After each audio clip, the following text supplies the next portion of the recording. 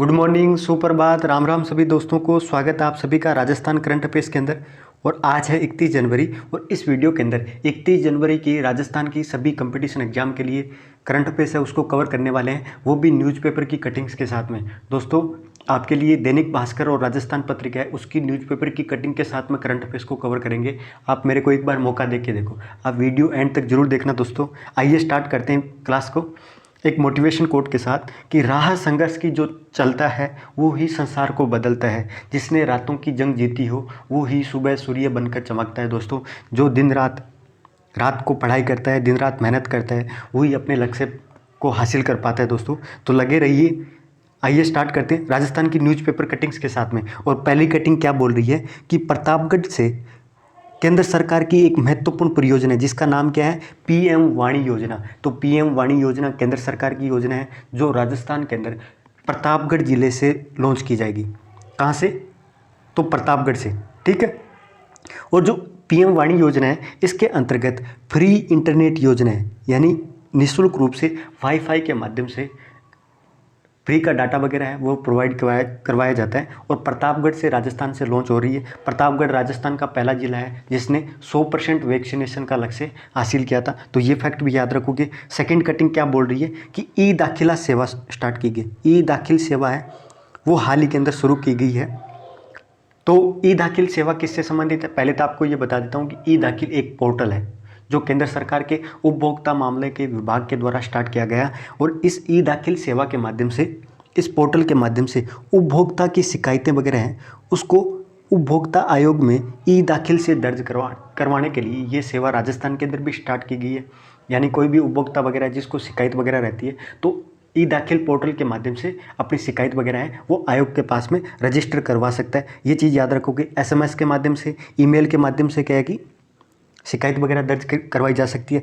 अब आपको मैं बताता हूँ कि उपभोक्ता आयोग है उसके अध्यक्ष कौन है, क्योंकि ये छोटी छोटी जो न्यूज़ रहती है ना ये परीक्षा के लिए काम की रहती है। ई दाखिल पोर्टल काम का है, लेकिन साथ में ही अपने को ये न्यूज़पेपर के अंदर ये भी पता चल रहा है कि राजस्थान राज्य का जो उपभोक्ता विवाद आयोग है उसके अध्यक्ष कौन है, जस्टिस बनवारी लाल शर्मा। तो रट लीजिए दोस्तों, वर्तमान ये जो उपभोक्ता आयोग है राजस्थान का उसका अध्यक्ष कौन है, बनवारी लाल शर्मा, ठीक है। अगला देखिए, बाघ प्रिंट के बारे में दे रखा है, ठीक है। राजस्थान पत्रिका के अंदर ये दे रखा था कि बाघ प्रिंट के बारे में, लेकिन ये कंफ्यूज अपने को क्यों करता है कि बाघ प्रिंट राजस्थान की है या मध्य प्रदेश की। दोस्तों बाघ प्रिंट है वो सबसे पहले याद रखना है कि ये MP मध्य प्रदेश की है। मध्य प्रदेश के धार जिले से है, बाघ जिला भी है मध्य प्रदेश का, तो वहाँ से आती है। और बाघ प्रिंट किससे संबंधित है? ये हाथ के ठप्पा छपाई की बेहतरीन और नायाब, इसके हाथ के द्वारा कपड़े वगैरह है उस पर क्या कि ठप्पा छपाई के माध्यम से प्रिंट वगैरह किया जाता है। और इसको 2011 के अंदर भौगोलिक संकेतक यानी GI टैग वगैरह भी क्या है कि बाघ प्रिंट को मिल चुका है। तो अगली कटिंग के बारे में बात करते हैं। आप सभी को पता है कि 11 दिन के बाद में राजस्थान के अंदर बजट सत्र, विधानसभा सत्र है वो स्टार्ट होने वाला है। लेकिन हेडलाइन के अंदर ये बोल रहा है कि पिछले 3 साल से राजस्थान विधानसभा उपाध्यक्ष है उसकी पोस्ट खाली पड़ी है। केंद्र सरकार राज्य सरकार की जो मंत्रिमंडल है उसके द्वारा विधानसभा उपाध्यक्ष का भी चुनाव नहीं हो पाया। साथ में क्या है कि अभी तक मुख्य सचेतक की जो पद है वो भी खाली पड़ा है। मंत्रिमंडल का जो पुनर्गठन हुआ था उसके बाद में क्या है कि महेश जोशी, पहले कौन थे? महेश जोशी राजस्थान की विधानसभा के जो मुख्य सचेतक थे कांग्रेस की तरफ से, और उनको मंत्री बनाने के बाद में ये पोस्ट भी खाली पड़ी है, ठीक है।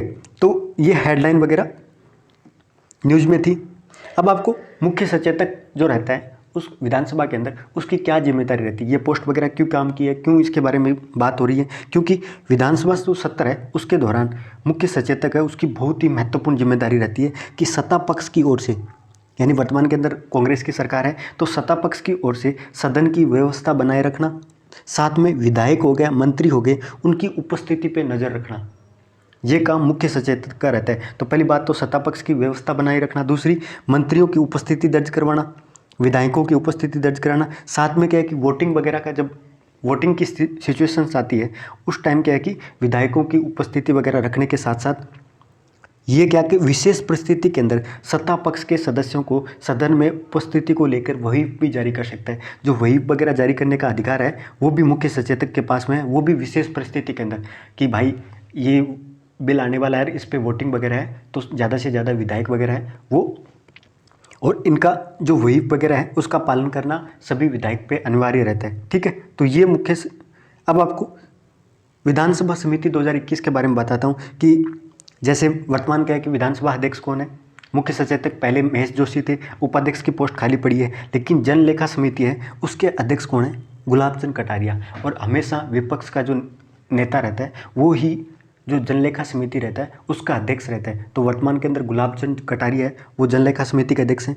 प्रांकलन समिति 2 है राजस्थान, आरएस के अंदर ये क्वेश्चन भी आया था कि प्रांकलन समिति क्या है कि जो ख है उसमें कौन सा मंत्रालय आता है। ठीक है, विभाग से जुड़ा हुआ क्वेश्चन था दोस्तों। तो प्रांकलन समिति क है उसके अध्यक्ष कौन है, राजेंद्र पारिक। और दूसरी प्रांकलन समिति है उसके अध्यक्ष कौन है, दयाराम परमार। ठीक है, राजकीय उपक्रम समिति है उसका अध्यक्ष कौन है, हेमाराम चौधरी। ठीक है, नियम समिति वर्तमान के अंदर क्या है कि जो विधानसभा के अध्यक्ष हैं सीपी जोशी, वो क्या है कि नियम समिति उसके अध्यक्ष हैं। सदाचार समिति है दीपेंद्र सिंह।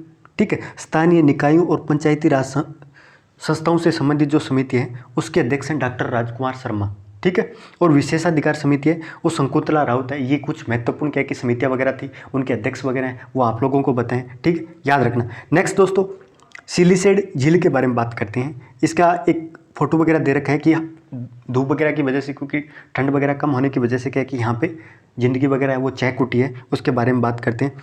तो सिलीसेड झील के बारे में बात करते हैं। तो सिलीसेड झील कहाँ पे है, सबसे पहले याद रखो कि अलवर जिला के अंदर, अलवर जिले की ये प्राकृतिक झील है दोस्तों। अलवर जिले के अंदर क्या क्या चीज़ें प्रसिद्ध है, एक तो कंपनी बाग पर्यटक स्थल के तौर पे, सिटी पैलेस है वो भी क्या है कि अलवर के अंदर है। ठीक है, विजय मंदिर झील महल ये भी क्या है कि अलवर के अंदर है। बाला का किला, भानगढ़ का किला भी क्या है कि अलवर के अंदर है। ठीक है, भूत बंगला, भूतिया बंगला के रूप में। ठीक है, जयसमंद झील है वो भी अलवर के अंदर है। और सिलीसेड झील ये राजस्थान के प्रमुख पर्यटक स्थल है। झील वगैरह याद रखिए दोस्तों, सिलीसेड, जयसमंद, बाला का किला, विजय मंदिर झील और सिटी पैलेस, तो ये प्रमुख। अब आपको सिलीसेड झील के बारे में बताता हूँ दोस्तों। सिलीसेड झील है वो राजस्थान के अलवर से 16 किलोमीटर दूर स्थित है दोस्तों, और अरावली पर्वतमाला से घिरी एक प्राकृतिक झील है। ठीक है, अरावली पर्वतमाला है उससे घिरी हुई, तीन ओर से क्या है कि अरावली पर्वतमाला से घिरी हुई सिलीसेड झील एक प्राकृतिक झील है जिसका निर्माण महाराजा विनय सिंह के द्वारा कराया गया था 1844 के अंदर। 1844 के अंदर महाराजा विनय सिंह की पत्नी थी शीला, ठीक है, उनके द्वारा सिलीसेड झील का निर्माण 1844 के अंदर करवाया था। ये भी याद रखोगे। साथ में क्या है कि सिलीसेड झील है उसके किनारे राजस्थान पर्यटन विकास निगम है। तो राजस्थान पर्यटन विकास निगम कहाँ पे स्थित है, अलवर के अंदर, सिलीसेड झील के किनारे। वहाँ पे क्या है कि लेक प्लेस होटल भी है। ठीक है, एक प्रसिद्ध होटल है लेक प्लेस होटल, वो कहाँ पे है, सिलीसेड झील के किनारे। ठीक है, नेक्स्ट दोस्तों, अगली न्यूज है प्रदेश के अंदर इस बार जो रबी का सीजन है उसके अंदर 60 लाख टन सरसों का उत्पादन होने की संभावना है। इतना अनुमान वगैरह हाल ही के अंदर व्यक्त किया गया था। ठीक है, तो अब सरसों से जुड़े हुए कुछ फैक्ट वगैरह बात कर लेते हैं। जो पिछली साल राजस्थान के अंदर 36 लाख टन है वो सरसों का उत्पादन किया गया था। ठीक है, सरसों क्या है, रबी की फसल है। ठीक है, ये भी याद रखोगे। और अभी अनुमान लगाया गया है कि 60 लाख टन है राजस्थान के अंदर सरसों वगैरह का उत्पादन हो। तो इतना ज़्यादा क्या है कि सरसों का उत्पादन क्या है कि बढ़ा है राजस्थान के अंदर। पिछली बार 36 लाख टन था, अभी 60 लाख का अनुमान किया गया है। राजस्थान देश का पहले नंबर पे है सरसों उत्पादन के मामले के अंदर। राजस्थान क्या है, देश के अंदर प्रथम स्थान पे, ये भी आप याद रखोगे। इसके अलावा राजस्थान देश का 50% से ज़्यादा सरसों का उत्पादन करता है। ये जो कथन वगैरह आ जाते हैं कि राजस्थान क्या है कि देश का सरसों का जो उत्पादन है वो 50% से अधिक करता है। और हाल ही के अंदर राजस्थान को सरसों राज्य के रूप में क्या कि डिसाइड करने के लिए भी बोला गया था कि राज्य का दर्जा है वो सरसों राज्य का दर्जा राजस्थान को दिया जाए। ठीक है, तो ये कुछ फैक्ट वगैरह याद रखोगे। नेक्स्ट दोस्तों, हाल ही के अंदर जो रीड पेपर घोटाला वगैरह हुआ था उसको लेके क्या है कि जारोली साहब हैं उनको बर्खास्त वगैरह कर दिया गया है। और रिटायर्ड हाईकोर्ट की अध्यक्षता के अंदर एक कमेटी वगैरह गठित की गई है ताकि क्या है कि पेपर वगैरह लीक है वो कैसे तरीके से रोके, और जो रीट के जो लड़के वगैरह हैं उनको जस्टिस अच्छी तरीके से मिले। खासतौर से पटवारी के साथ भी ऐसा ही हुआ है, रीट का हम देख रहे हैं। ठीक है, तो बहुत ज़्यादा गड़बड़ वगैरह चल रही है। ठीक है, तो कमेटी वगैरह का कुछ अभी इतना ज़्यादा फाइनल नाम वगैरह नहीं आया सामने, लेकिन हाईकोर्ट की अध्यक्षता के अंदर हाईकोर्ट के न्यायाधीश की अध्यक्षता के अंदर कमेटी गठित की जा रही है। अगला दोस्तों एक न्यूज वगैरह है, क्योंकि वर्तमान क्या है कि जो आरपीएससी के अध्यक्ष कौन है, शिव सिंह राठौड़। शिव सिंह राठौड़ है, उनका रिटायरमेंट हो चुका है। साथ में वर्तमान के अंदर राजस्थान की चीफ सेक्रेटरी कौन है, निरंजन आर्या। निरंजन आर्या क्या है कि राजस्थान का चीफ सेक्रेटरी है, वो भी क्या है कि 31 जनवरी को यानी आज रिटायर हो रहे हैं। इसी के चलते क्या है कि राजस्थान के अंदर, क्योंकि यदि मंत्रिमंडल के द्वारा नई नियुक्तियां वगैरह नहीं की जाती है तो क्या है कि चांस वगैरह क्या है कि राजस्थान को पिछले 12 साल से पहली बार, दूसरी बार क्या है कि सीएस यानी चीफ सेक्रेटरी एक महिला मिल सकती है। अब आपको 2009 के अंदर राजस्थान को पहली महिला मुख्य सचिव मिली थी, जिसका नाम क्या है दोस्तों, कुशल सिंह। ये कुछ फैक्ट वगैरह हैं, बहुत ज़्यादा इंपॉर्टेंट है, ठीक है। तो कुशल सिंह कौन थी, राजस्थान की पहली मुख्य सचिव थी, महिला मुख्य सचिव थी, जिनकी नियुक्ति 2009 के अंदर हुई थी। 2009 के बाद में राजस्थान के अंदर कोई भी महिला चीफ सेक्रेटरी नहीं रही। लेकिन अभी निरंजन आर्या की रिटायरमेंट के बाद में, सेवानिवृत्ति के बाद में, यदि राज्य सरकार के द्वारा, मंत्रिमंडल के द्वारा यदि नई नियुक्ति की जाती है तो 4 राजस्थान की जो महिला वगैरह है, प्रशासनिक अधिकारी है, जो अभी वरिष्ठतम प्रशासनिक अधिकारी है, जिनका चांस है कि दूसरी महिला मुख्य सचिव है, वो राजस्थान को मिल सकती है, ठीक है। ये कुछ दिए हैं, उषा शर्मा, नीलकमल, वीणु गुप्ता और सुब्रा सिंह, ये रेस के अंदर है, ठीक है। अगला दोस्तों राजस्थान के जीके के कुछ फैक्ट वगैरह हैं, वो देख लेते हैं। राजस्थान के प्रमुख जो अभिलेख वगैरह हैं वहाँ से स्टार्ट किया था। गोसंडी और क्या है कि जो बडली शिलालेख है उसके बारे में 29 तारीख को बात कर लिए थे। अब बिजोलिया शिलालेख के बारे में बात करते हैं। बिजोलिया का जो शिलालेख है वो पार्श्वनाथ जैन मंदिर के पास में 1170 के अंदर ये मिला था। और किसको, जैन श्रावक लोलाक के द्वारा ये मंदिर निर्माण की स्मृति के अंदर इसका निर्माण किया गया था। तो बिजोलिया शिलालेख है वो 1170 के अंदर पार्श्वनाथ जैन मंदिर बनाया गया था बिजोलिया के अंदर, किसके द्वारा, जैन श्रावक के द्वारा। और उसी मंदिर की परिस्थिति के अंदर इसका निर्माण कराया गया था। इसके जो प्रशस्तिकार थे, इस शिलालेख को गुणभद्र के द्वारा लिखा गया था, गुणभद्र के द्वारा लिखा गया था, ठीक है। इस अभिलेख के अंदर सांबर और अजमेर के चौहान वंश है उसके बारे में जानकारी बिजोलिया शिलालेख से मिलती है, ये भी आप याद रखोगे। इस शिलालेख के बारे में ये भी है कि कुटिला नदी के आसपास क्षेत्र के अंदर शैव और जैन तीर्थ स्थल है, उनके बारे में भी क्या कि इस अभिलेख के अंदर जानकारी मिलती है। साथ में जो कहे कि बिजोलिया क्षेत्र है उसको उपरमाल क्षेत्र के रूप में, उपनाम या अलग नाम से क्या कि जाना जाता था। जो बिजोलिया का आसपास क्षेत्र है उसको उपरमाल के नाम से क्षेत्र इस अभिलेख के अंदर मिला, वर्णन किया गया। भूमि अनुदान का वर्णन है वो डोहली के नाम से इस शिलालेख के अंदर प्रचलित है। तो डोहली क्या है, भूमि अनुदान से संबंधित शब्द है, ठीक है।